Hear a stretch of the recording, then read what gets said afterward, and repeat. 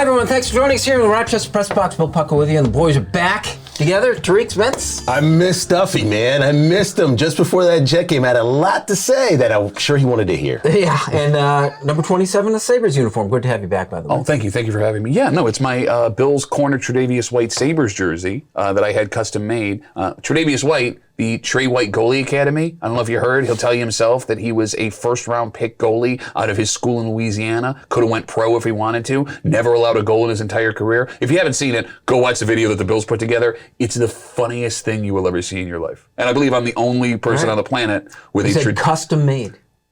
Yeah, obviously. You think I'm just buying things off the rack when it comes to my jersey? Please. I guess not. Hey, let's talk. You can't really divide 17 games in two, but we're kind of at the halfway mark of the NFL. What do you make of the way things have gone so far? Everybody's still in it. And I don't care what anybody's record is right now. Tennessee's 8-2. This team is doing well. Rams played well, then played a terrible game, their last one. Everyone is in this. And I love the fact that, for years people like to have these elite teams. Oh, this is the elite Cowboys, the elite this, the elite that. No. I want everybody in it. I want a team right now who's close to 500, like the Colts, maybe make a push somewhere down the line. Not against the Bills, relax, Duffy, not against the Bills, but against somewhere along the line, and maybe just make a couple of teams nervous, like, Baltimore or Kansas City's right around 500. So I love the fact that right now, halfway through, there is no clear number one team in the NFL. Tennessee's on top of the AFC, and that's a team that totally puzzles me. They lose Derrick Henry, they keep winning, and I don't know how they're doing it. Well, they lost Derrick Henry 2 weeks ago, right? Like, give it time for other teams to figure him out. I know that they beat Buffalo in Tennessee. Tennessee doesn't scare me. As a matter of fact, there's not a single team in the AFC that scares me right now. Everybody can be beaten, which has been shown the last couple of weeks, right? Like, look, you guys know how much I love chaos, so I am very much enjoying this entire NFL season before. But the thing I enjoy more, I believe, is that there isn't a dominant player. Forget dominant team. There's no dominant player in the NFL. There's nobody that's just rolling out the ball every week and going and scoring and making. There's no Tom Brady from 5 years ago. There's no Patrick Mahomes from the last 2 seasons, right? Derrick Henry, he's hurt, and there was a couple of games early on in the season where Derrick Henry had some underwhelming performances. I love the fact that every week, and look, Mike White, quarterback of the Jets, the last couple of weeks is proof of this, that any week there is going to be someone you've never heard of before that's going to put on a show, and there's going to be legitimate hype behind him because these network shows need to prop somebody up, and there's nobody that they can consistently every week go to and be like, well, this is the guy. As close as you can get, and we'll do the Bills later, I think as close as you can get, we're going to see him this week, is that Jonathan Taylor out of Indianapolis. That's going to be interesting to find out, too. Also, this year, when it comes to MVP, maybe somebody on the defense would win it this year. This would be the opportune time because you're right, there's not too many stars that are out there as well. So look out for a defensive player possibly. Not to confuse, I think not too many is like, there's more than we can handle. Yeah. I mean, Allen's having a good year. Prescott, you can run down a list. With the balance comes a whole lot of good play. With the second half of the season, Allen has been inconsistent at times. I even think Duffy would admit that. There hasn't been a bunch of games where he's kind of like totally impressive. There have been great games, but there's also been bad games for Allen. That's what happens, but it's happened with Mahomes. It happened with Tom Brady last week. So, I mean, it happens to players that do run into these situations. Did you just compare the season that Patrick Mahomes is having to the season that Josh? You didn't really do that. You didn't really just say that they're having comparable seasons. They're not having consistent seasons. I mean, if you're good, look, who is? That's like saying you and me aren't quite NFL offensive linemen. Like, yeah, it's obviously true. Like, there's a truth in that statement, but it's completely insane. Name me a consistent player right now in the NFL that you say will win the MVP. I agree with you that the race is wide open. Correct. How dare you? How dare you compare the season that Patrick Mahomes is having to the season that Josh Allen is having? How dare you? You mean to tell me that comparing Josh Allen to an MVP Super Bowl winning quarterback is just not feasible? Jeff Hostetler won a Super Bowl with the Giants. I'm not going to compare. That's not a good comparison either. We pick somebody in the last 2.5 decades. You want to compare him to a season that Mahomes had a year or two ago? Great. You want to compare him to this? What are you, nuts? Great. He went to 2 Super Bowls for crying out loud. I'm saying Josh Allen hasn't been to one. That was great. This season, not great. Not close so Let's far. take Buffalo out of the equation, and just as we quickly wrap up the first segment, give me a Super Bowl pairing that does not involve the Bills. Oh, come on. That's Based not on what fair. I will go just for the fun. Okay, just to give you a little extra time. I'll take a Dallas-Baltimore. I will go, just for the argument, Tennessee and Green Bay. Tennessee doesn't have what it takes to go deep in the playoffs. They're susceptible every game. Baltimore doesn't have the horses to make that long run. I'm going to say a name, and it's going to sound insane. Pittsburgh, Dallas, Super Bowl. What the? Look, man, I'm the one that needs to be yelled Here's at why. over Josh Allen and Patrick Mahomes. He says Pittsburgh Steelers. If you have to play tough and run the ball and play defense in the playoffs, which you do, that's Pittsburgh. They're a bad matchup against really good teams. I can attest. I watched it in person against Buffalo opening day. And they're coming around. Granted, you got Mason Rudolph putting on that whatever show against the Lions earlier this week. I'm telling you, man, as the season winds down, you're going to see that Pittsburgh is a better team than people gave them credit for. This will be interesting because you'll wear that the same way. Remember Bob Blyer? We had Bob Blyer on with the year that he picked the Cincinnati Bengals to get to the Super Bowl. I will say Dallas is a lot better than I thought they were at the beginning of this year, so I will stick with Dallas all the way, but I'm not quite sure yet. Talking Buffalo Bills next. It's the Rochester Press Box.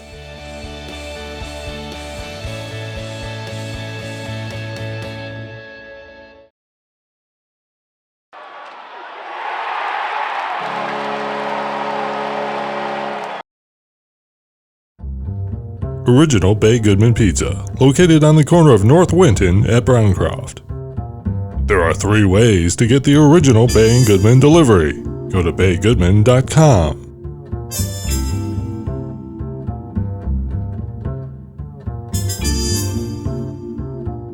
Thanks for joining us and welcome back to the Rochester Press Box, our Buffalo Bills segment brought to you by Ralph Honda. For 3 generations and celebrating 50 years as New York's first and oldest Honda dealer. Visit Ralph Honda today and find out how we do Honda right, ralphhonda.com. Buffalo Bills, look, I usually go to you first to talk football, but I want to give, because we always wear the stuff we say bad. Yeah. Mike White. Oh boy, what a great 2 weeks The that Comet. was. Wasn't it great? It was great. Well, I got caught up in the emotion of what the Jets were feeling at the time because they wanted to be in the moment of rooting for a guy who was an underdog, wasn't a number 1 pick. And, well, I did say in my unfinished business 2 weeks ago, let Mike White be Mike White.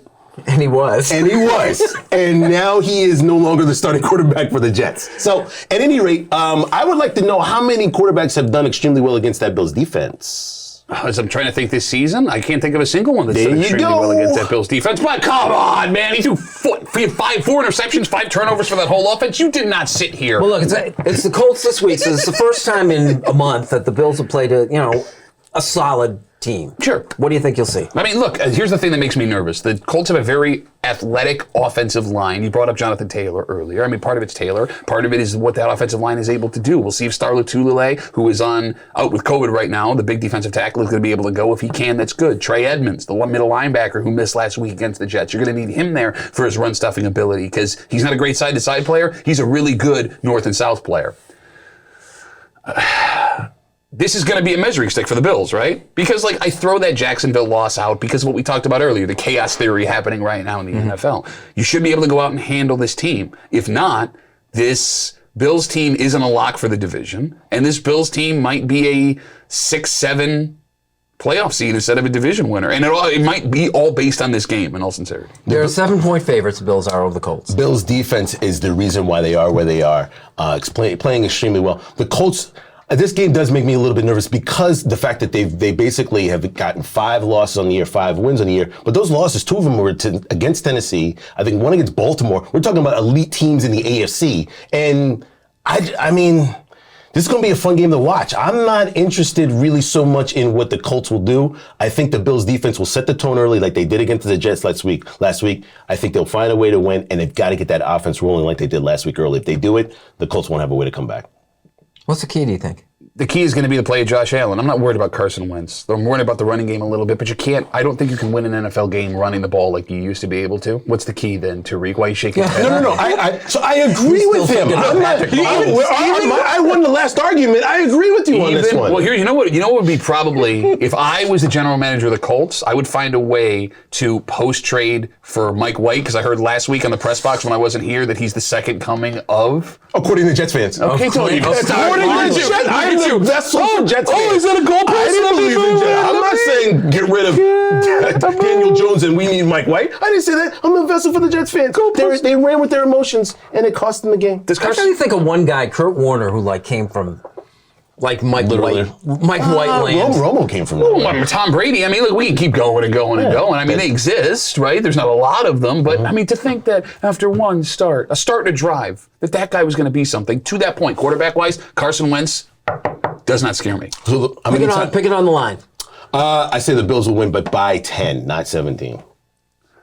Bills win, backdoor cover by the Colts. They don't make it to the 7. Backdoor cover. Backdoor cover. This man has placed a bet this time.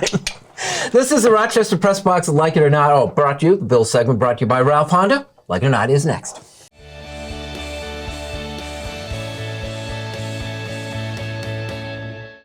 Here's the Press Box trivia question brought to you by Market View Liquor, where exceptional customer service meets an extensive selection. Jefferson Road at 390.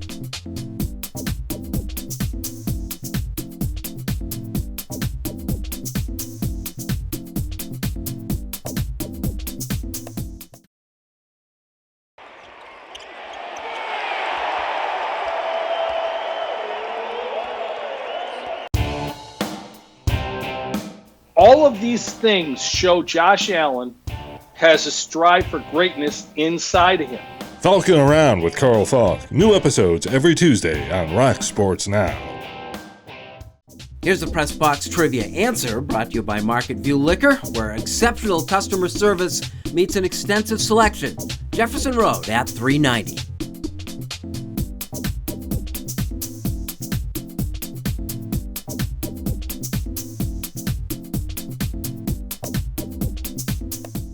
Are you facing criminal charges from a DWI and feel that you never imagined it could happen to you? Contact attorneys with years of experience as prosecutors and defenders. Contact Ganguly Brothers Law today for a free consultation. You can put your trust in us.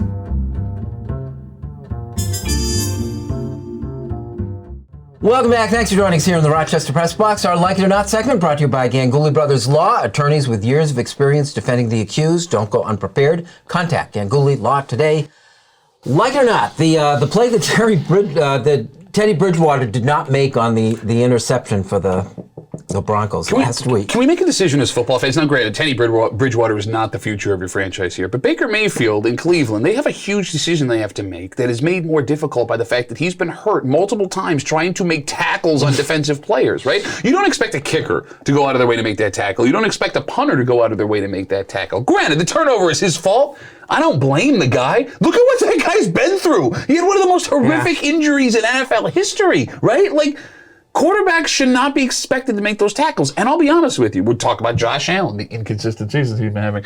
If there is a point in a game where he's in that position and he doesn't make that tackle, I'm fine with it. Because you stop 7 points from happening, 6 points from happening, but you hurt yourself and miss 5 games? Well, which one matters more? It's such a bad look, though. I mean, he was as close to the guy running the ball back as the two of us are right here. Sure. And he just kind of... You know. In a week 9 game, week 10 game, yes, don't make that tackle. Super Bowl a little bit different. I know Cam Newton got charged and upset about that for not diving on the ball, but that's the Super Bowl as opposed to basically the second half of the season. I just hate to agree with him. He's right. Yeah, that's right. Yeah.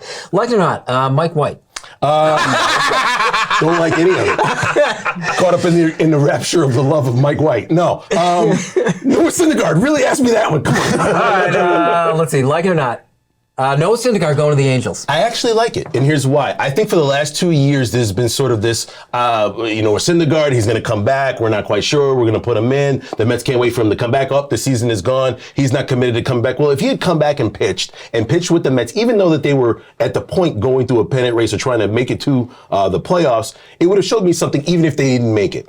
I think Noah Syndergaard looks like California, plays like California, and goes to the Angels where the Angels won't win anything. So I like the fact that he did it for a year. I don't like the fact that he played with the Mets emotions and the Mets fans on Twitter about, I can't wait to get back. I can't wait to be a part of the Mets. And the next thing you know, 2 days later, he signs with the Angels. But I'm okay with it because I'm not quite sure what Noah Syndergaard has coming off of injury. Boy, it's 2015, right? The World Series? It seems like so much longer ago. Yeah, a long time ago. Sort of like, when you go to the Super Bowl 4 years in a row and you don't win it. I find myself, too, about the Angels. You knew that was coming. Wow. You deserve that one. Is like getting Ohtani and Trout something that's going to put them back in the spotlight. I've come around on the Angels saying it would be kind of nice to see them do something finally. I mean, Ohtani, absolutely. I mean, is Trout still what Trout was based on the injuries he's gone through? He brought up Syndergaard and his injuries as well. I mean, It's possible that they all wound back into form. We've seen it happen in baseball, but you could be looking at an old-timers day roster with Shohei Ohtani as your guy. Hey, look at him over here. Yeah, we're seeing how that works out with the Lakers. It took a long time for him to do that little. Yeah. I really hurt him. You want to go back to the Mahomes? No. No. I won that one. I told you. You guys are having so much fun. Like it or not, brought to you by Ganguly Brothers Law. Unfinished Business is next. Yeah, I'd like to change my unfinished business to why Tariq sucks for 60 seconds.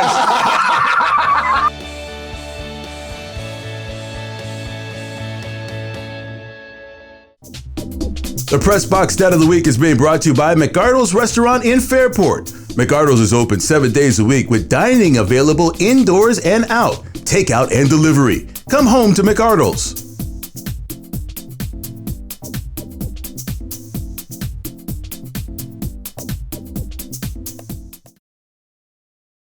And now to Eichel. He floated one.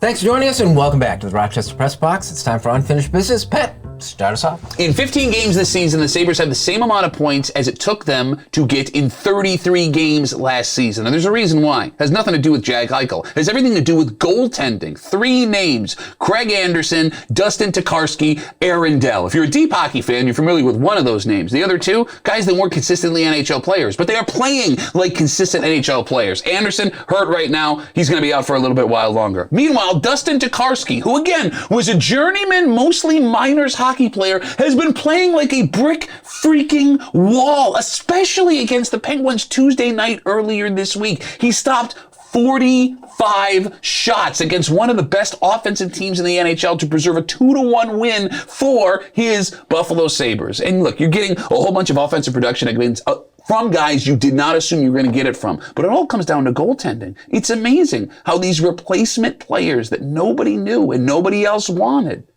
are stepping up the way they are. Goaltending was supposed to be the big weakness of the Buffalo Sabres. And maybe as the season moves on and teams figure it out, it becomes that. But right now, as a Sabres fan who also loves rooting for an underdog and, like I said before, chaos, this is one of the most fun hockey seasons I've ever watched. The NFL is basically ringing the bell for everyone to bet on their games, but they need to ring one more bell. More referees. There's been so much complaints about how many referees blow calls, use emotion. You need to double them. Why? Because people are betting on these games. Why? Because half the commercials you're going to watch during this NFL week and for the rest of this year involve betting on these games. So if people are betting on these games, that means the call has to be right. That means that whoever's calling the game can't call the penalty before the referees do. They have to get the game right every single time, or at least try to strive for it. I'm not saying left referees, I'm saying double referees, people in the skies. Hell, watch the game with them. Hire an extra referees, just like the networks do. Whatever you have to do to get the call right, the play right, as much as you can. You've asked people to bet on the games. I've bet my emotions, so do Duffy. But now you're asking them to bet money. You better get that call right. I've seen just one Aaron Rodgers commercial over the last 2 weeks, and that was on the Green Bay game. Rodgers is clearly being publicly flogged for his vaccine approach. That's when I realized how much attention that we're giving these commercials, how powerful they are, and what a significant year 2020 was in that regard. Because 2020 produced 2 real superstars, Kevin Miles and Bill Glass, also known as Jake from State Farm and Dr. Rick. Miles is a 31-year-old professional actor whose credits include playing a customer in the film Lap Dance. He survived that and got the break of his career becoming the second Jake from State Farm. The first was a white guy, remember, had the one line, khakis. Well, Miles now rubs elbows with the likes of Rodgers, Patrick Mahomes, and Paul Rudd, and more than holds his own. The State Farm is all that become his last name as a tribute to the effectiveness of the campaign. His friends who know him as Mike actually call him Jake. Bill Glass is a 49-year-old who teaches us how not to become our parents on the Progressive insurance spots. Dr. Rick has a fake mustache, which he has named the Beast. He's a Second City improv veteran, as is that entire commercial cast. That line about the kid with the blue hair, we all see it. Improvised. The doctor says that he once caught himself actually saying this laundry isn't going to fold itself, and he laughed. It's not all about celebrity. We should thank Aaron Rodgers for redirecting our attention to some of the real stars of the commercial game, Kevin Miles and Bill Glass, Jake and Dr. Rick. And that is our unfinished business. You know, it's gotten to the point where I've seen both these guys do other commercials and it feels like they're cheating. You know? They're funny. They're entertaining. I'll give them that. I think you might actually be turning in your parents. You should be paying more attention to the Progressive commercial. Oh, yeah, but What? I'm like, why is he firing? I'm the victim here. Come on, don't create. No. You're fighting. All the missiles go this way. Amen. When I get fired there's a up. lot of hostility today. Well, I didn't see you guys last week. I had to get all my anger out on you today. That is our program. Thanks for joining us, boys. We'll see you again next week on the Rochester Press Box.